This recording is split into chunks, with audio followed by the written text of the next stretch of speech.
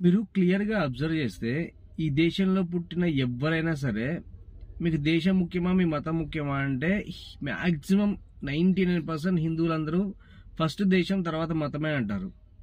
అది ఈ దేశానికి ఉన్న గొప్పతనం, ఆ మతానికి ఉన్న గొప్పతనం. కానీ మీరు వేరే రిలీజియన్, అది క్రిస్టియన్ అవ్వచ్చు, ముస్లిం అవ్వచ్చు, మీరు వెళ్ళి క్వశ్చన్ అడగండి మీకు దేశం ముఖ్యమా మీ మతం ముఖ్యమా అంటే వాళ్ళు ముందు ఏం చెప్తారో తెలుసా, మాకు మా మతమే ముఖ్యము తర్వాతే దేశం అంటారు. देश पहले या धर्म पहले? सबसे पूछ रहे हैं. धर्म पहले. धर्म पहले. देश पहले या धर्म पहले? धर्म पहले. क्यों, मतलब ऐसा क्यों लगा? लेकिन सही तो है, बताओ क्या मतलब परेशानी हो रही है सब में, मतलब धर्म पहले. देश का मतलब क्यों नहीं? देश क्यों नहीं?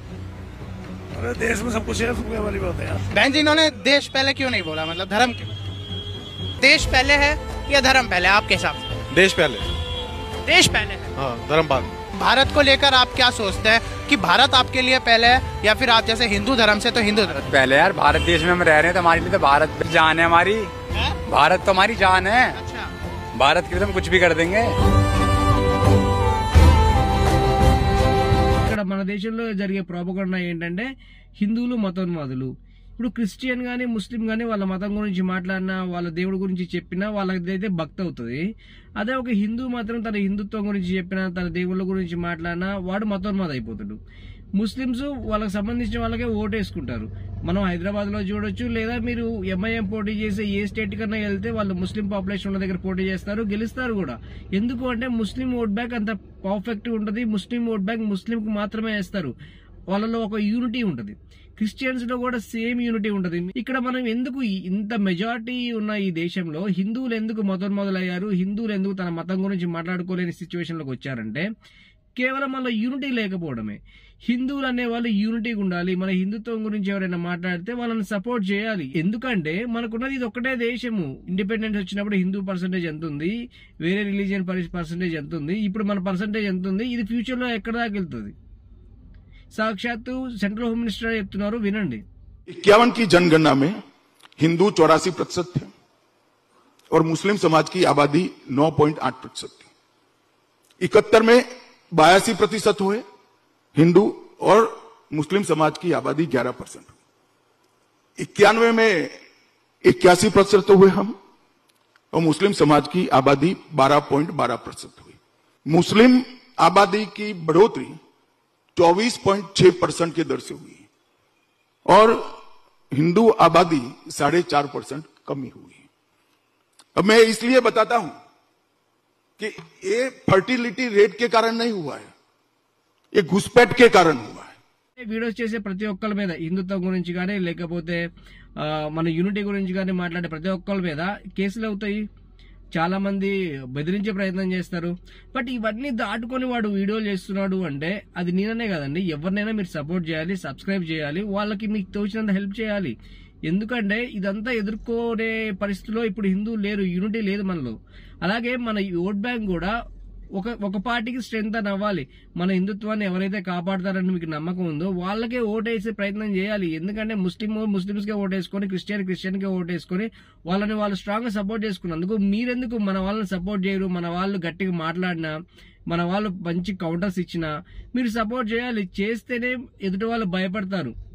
అరే ఈ మతాన్ని మనం ఏం అనకూడదు, ఈ కమ్యూనిటీ చాలా స్ట్రాంగ్ ఉంది, వీళ్ళలో యూనిటీ ఉంది, మనం వీళ్ళని ఏమైనా అంటే మళ్ళీ మన మీద రివర్స్ అవుతారు అన్న, మళ్ళీ మనల్ని క్వశ్చన్ చేస్తారు అన్న భయం వాళ్ళలో కలగాలి అంటే మీరందరూ ఎవరైతే క్వశ్చన్ చేస్తున్నారో వాళ్ళని గట్టిగా ఫాలో చేయండి, వాళ్ళకి సపోర్ట్ ఇవ్వండి.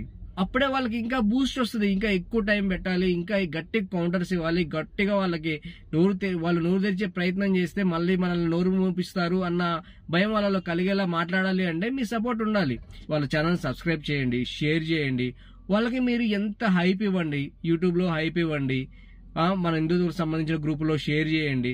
అంటే మీరు చూడడం వల్ల వాళ్ళకి మంచి బూస్ట్ వస్తుంది, వాళ్ళు ఇంకా మంచి వీడియోస్ చేయగలరు. ఇలా ఎవరైనా మాట్లాడతారు, ఇప్పుడు తులసి చంద్ ఉంది, లెఫ్ట్ వింగ్ సంబంధించిన చాలా మంది ఉన్నారు, వాళ్ళు ఎంత విషయం చెబుతారో మీ అందరికీ తెలుసు. వాళ్ళందరినీ ఎదుర్కోవడానికి అంత ఈజీ ఏం కాదు, ఎందుకంటే వాళ్ళ వెనక చాలా పెద్ద ఆర్గనైజేషన్స్ ఉంటాయి, వాళ్ళకి మంచి సెటప్ ఉంటుంది, వాళ్ళంతా ఒక టీం వర్క్ ఉంటుంది. నా ఛానల్ 40 లక్షల మంది చూస్తారు, నా ఫేస్బుక్ గానీ, ఇన్స్టా గానీ, యూట్యూబ్ గానీ.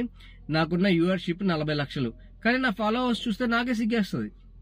అరే ఇంతమంది చూస్తారు, మళ్ళీ కామెంట్స్ ఏ రేంజ్ లో పెడతారు తెలుసా? అసలు మామూలుగా ఉండవు నా కామెంట్స్. అన్న సూపర్ అన్న, చాలా బాగుంది అనాలిసిస్, బాగా చేస్తున్నావు, ఇలానే చేయి, మా సపోర్ట్ ఫుల్గా ఉండదు అంటారు. సబ్స్క్రైబ్ చేయరు, హైప్ ఇవ్వరు. అంటే లైక్స్ కూడా ఒక రేంజ్ లో ఉంటాయి కానీ హైప్ ఇవ్వరు. మీకు ఒక వీడియో చేయడానికి ఈజీగా ఒక ఫోన్ ముందు పెట్టుకుని వీడియో చేసేటట్లు ఉండదు. వాళ్ళు మాట్లాడింది కరెక్టా రాంగా అని మనం అనాలిసిస్ చేసుకోవాలి, దానికి ఉన్న రూట్స్ చూసుకోవాలి, వాళ్ళు ఎక్కడి నుంచి కంటెంట్ తీసుకున్నారు, వీళ్ళు ఇచ్చే ఇన్ఫర్మేషన్ లో ఎన్ని బొక్కలు ఉన్నాయో దాన్ని చాలా స్క్రూటినీ చేసి మాత్రం మనం వీడియో చేయగలము. సో దానికి ఎంత టైం స్పెండ్ చేయాల్సి ఉంటుంది. అంత టైం స్పెండ్ చేయాలంటే మనకి బూస్ట్ ఉండాలి కదా, ఉంటేనే కదా ఎవరైనా చేసేది. అది నేనైనా ఎవరైనా వీడియోలు చేసేది. వాళ్ళు అరే మనకి ఇంత ఎంకరేజ్మెంట్ ఉంది, మన వాళ్ళు మనకి ఇంత సపోర్ట్ చేస్తున్నారు అన్నప్పుడే కదా మన వీడియోస్ చేయగలిగేది. ఎవరైనా మన హిందుత్వం గురించి మాట్లాడినా, మన యూనిటీ గురించి మాట్లాడినా, మన సనాతన ధర్మాన్ని గాని మన హిందుత్వాన్ని గాని ఎవరైనా ద్వేషించే ప్రయత్నం చేసినా, వాళ్ళకి కౌంటర్ ఇద్దామని ప్రయత్నం చేసిన వాళ్ళని సపోర్ట్ చేయండి, ఫాలో చేయండి, లైక్ చేయండి, షేర్ చేయండి, హైప్ ఇవ్వండి. మీ వల్ల ఏదైతే అది చేయండి, అది మీ ధర్మం. అంతే తప్పితే చూస్తా, లైక్ చేస్తా, వెళ్ళిపోతా అనుకుంటే రేపొద్దున ఏమవుతుందంటే, ఇప్పుడు మనకున్న ఈ ఒక్క దేశంలో మనకున్న పర్సంటేజ్ ఎంత, రేపొద్దున ఒక 20-30 సంవత్సరాల తర్వాత మన పర్సంటేజ్ ఎంత ఉంటుంది, అప్పుడు మన పిల్లల పరిస్థితి ఏంటి? ఇప్పుడే మనం 80%, 70% ఉన్నప్పుడే మనం మాట్లాడుకోలేకపోతున్నాము మన మతం గురించి, మన ధర్మం గురించి. రేపు మీరు మైనార్టీలు అయ్యి ఇప్పుడు మైనార్టీలు ఉన్న వాళ్ళు మెజార్టీ అయితే మీ పిల్లలు ఏం మాట్లాడతారు, మీ పరిస్థితి ఏంటో ఒకసారి ఆలోచించుకోండి. సో ఎవరైతే మన హిందుత్వం గురించి కానీ మన ధర్మం గురించి కొట్లాడుతున్నారో వాళ్ళని బాగా సపోర్ట్ చేసే ప్రయత్నం చేయండి. ఇది నా రిక్వెస్ట్. నాకనే కాదు, ఎవరు మాట్లాడినా వాళ్ళకి సపోర్ట్ చేయండి. వాళ్ళకి సపోర్ట్ చేస్తే వాళ్ళకి ధైర్యం వస్తుంది. మీరు తులసి చంద్ ఛానల్కి 7 లక్షల మంది సపోర్ట్ చేస్తారు. అందులో ఉన్న వాళ్ళంతా క్రిస్టియన్ ముస్లిమ్స్ అని నేను డామ్ షూర్ చెప్తున్నా. మీరు వెళ్ళి కామెంట్ సెక్షన్ ఓపెన్ చేసి చూడండి, వాళ్ళందరూ వాళ్ళే ఉంటారు. లెఫ్ట్ వింగ్ సంబంధించిన వాళ్ళు ఎవరు వీడియో చేసినా వాళ్ళది ఎంత వైరల్ అవుతుంది, వాళ్ళకి సపోర్ట్ ఉంటుంది. ఎందుకంటే వాళ్ళ ఆర్గనైజేషన్ కానీ వాళ్ళదంతా ఆ సెటప్ కానీ అలా ఆ రేంజ్ లో ఉంటుంది అనమాట. బట్ మన హిందువులు ఎవరైనా వీడియో చేయాలంటే ఎందుకు భయపడతారంటే, ఇలానే మన కేసు వేసింది ఆమె కేసు వేస్తే చాలా మంది ఇప్పుడు భయపడి వీడియోలు చేయరు. అంటే అబ్యూస్ చేస్తే కేసు పెట్టాలి, తప్పులేదు. లా వైలేషన్ చేయకుండా కంటెంట్ ప్రిపేర్ చేసి వాళ్ళకి కౌంటర్ చేయగలిగే ప్రతి ఒక్కరిని మీరు సపోర్ట్ చేయండి. మీరు ఎంత కలిగితే ఎంత చేయగలిగితే అంత సపోర్ట్ చేయండి.